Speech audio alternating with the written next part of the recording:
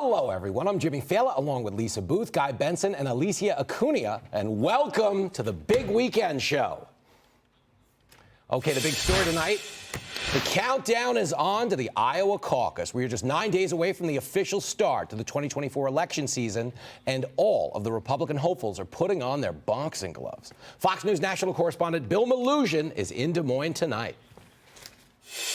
Well, as these GOP candidates make their final push in the state of Iowa with days left to go, today also happens to be the 3-year anniversary of the January 6th Capitol riots, and that's something President Biden highlighted in a campaign speech he made yesterday. He went after former President Trump, called him a threat to democracy. Well, today, President Trump shot back at Biden at a campaign speech right here in Iowa. Take a listen. This beautiful child, this young man, how old is he, 3? I would vote for him over Biden because he's more intelligent. Look, the kid's 3 years old.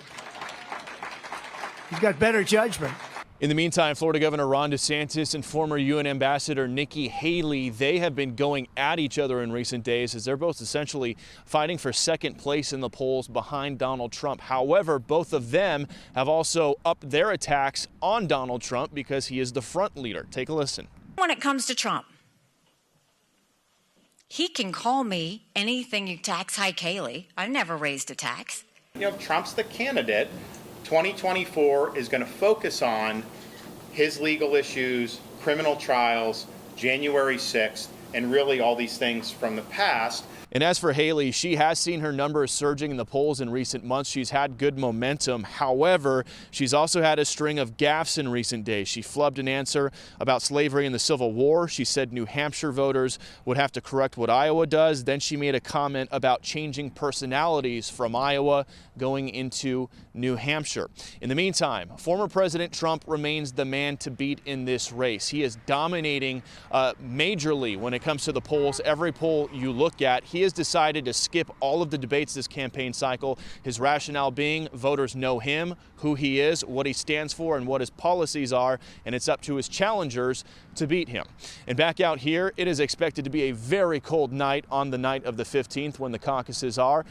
Potentially -7 degrees as a low. President Trump said during a rally today he feels Iowans don't care. They are still going to show up and vote in huge numbers. We'll send it back to you. Thank you, Bill Melugin, the man with the best hair in cable news. You heard me, Doozy. Guy Benson, I will start with you, my radio buddy. I got to keep it in the family here. Obviously, this is a big event, okay? This is when the live ammo starts to fly. Who do you think has the most to lose going into Iowa? First, I'll say, especially for people in our business, I cannot wait for the voting to finally actually start. Thank you. For a year, we've been sitting around tables like this saying, well, the voters haven't even had their say yet. And that will finally come to an end in Iowa, and then a week later, roughly, in New Hampshire as well. So, let's go. Let's look at actual results. Look, Donald Trump is clearly in the pole position. You look at the surveys out of that state, and his numbers are enormous. So he's the man to beat. It does not appear to be close. Ron DeSantis, I would say, has big upside if he can surprise, but big downside if he underperforms and loses by a large margin, because he has worked extremely hard in that state.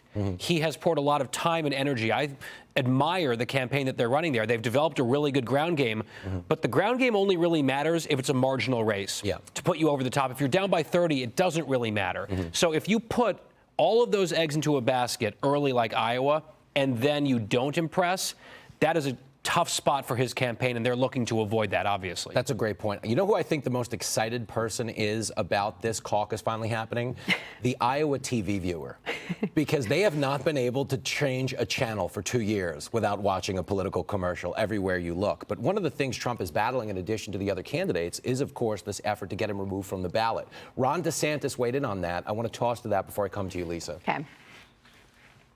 I do think they're going to have to rein this in because I just think if you look at it, it just becomes too different. You could make a case, and I'm actually looking at this in Florida now. Could we make a credible case that Biden, because of the invasion of 8 million? Wow. Now, here's my theory on this whole hullabaloo. I almost feel like the Democrats are doing Trump a favor because he's been able to campaign less. It's almost like, you know how Biden had a COVID variant to keep him off the campaign and the surrogates did the talking? In a roundabout way, Trump has been able to avoid a lot of his potential downside because he's been basically put into almost a sympathetic light. Do you think the Democrats are helping Trump right now?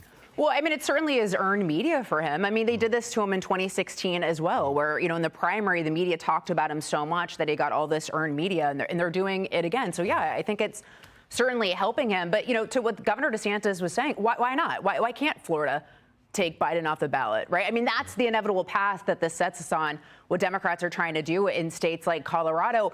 And, you know, and I've heard a lot of people say, oh, I think the Supreme Court, it's going to be 9-0. I've got a lot of faith in it. I don't. I mean, you've got someone like Ketanji Brown who couldn't even say what a woman is. And we're expected to think that she's going to do the right thing, that she's going to do the honorable thing, that she's going to do the truthful thing.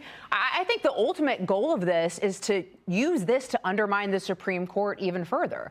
I mean, we know that's what Democrats want to do. They want to pack the courts. They want to fundamentally change this country. But, you know, yeah, why not fight fire with fire? Well, why not Republican states follow the same course? Well, you make a point about someone not being able to define a woman. I think we're struggling right now to define an insurrection because they're using that as a justification to get him off the ballot. I want to play this out from the Colorado Secretary of State, Jenna Griswold, before I come to you, Alicia. Here it is. I do think that the Colorado Supreme Court got it right. Donald Trump incited an insurrection. The U.S. Constitution prohibits candidates who engage in insurrection from being on the ballot, and so he is disqualified. I just fundamentally disagree that there should be some carve-out in the Constitution for the president. Donald Trump should not be above the law, above the Constitution. A president should not have that type of power. That is what would really lead us to a downward spiral and a degrading of democracy like we've never seen before in this country. Now, she has a pretty substantial argument if, in fact, he has been charged of that crime or accused of that crime. And this is my concern. Convicted. Or convicted. Or haven't been convicted. The point is, yeah, we're a long way from the end zone on this one. Isn't it crazy we're even having this conversation? Yes, of course about what it they're is. trying to do to him? And that's what I wanted to come to you on, okay? We keep getting sold this idea that these are our protectors. And that, of course, we've got to get Trump out of the way because, you know, he's going to ruin everything. And their justification for getting Trump out of the way is that they can ruin everything first. You dig? You can't protect democracy by destroying it, as we know. I can't protect your home from an arson by burning it down. But that's what they're doing.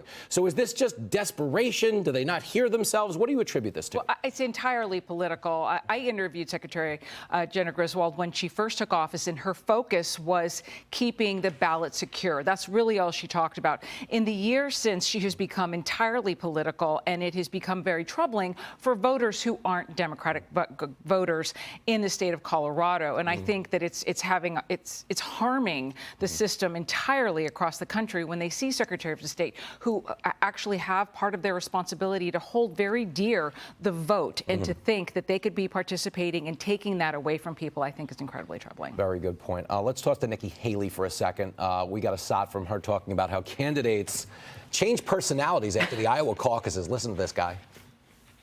If you were president, would you also encourage Republicans to look at their nominating calendar? Should Iowa still be first on the Republican side? It's really important. Look, the structure of it is really pretty amazing. That Iowa starts it. You change personalities, you go into New Hampshire, and they continue it on. And by the time it gets to South Carolina, it gets bigger going into Super Tuesday.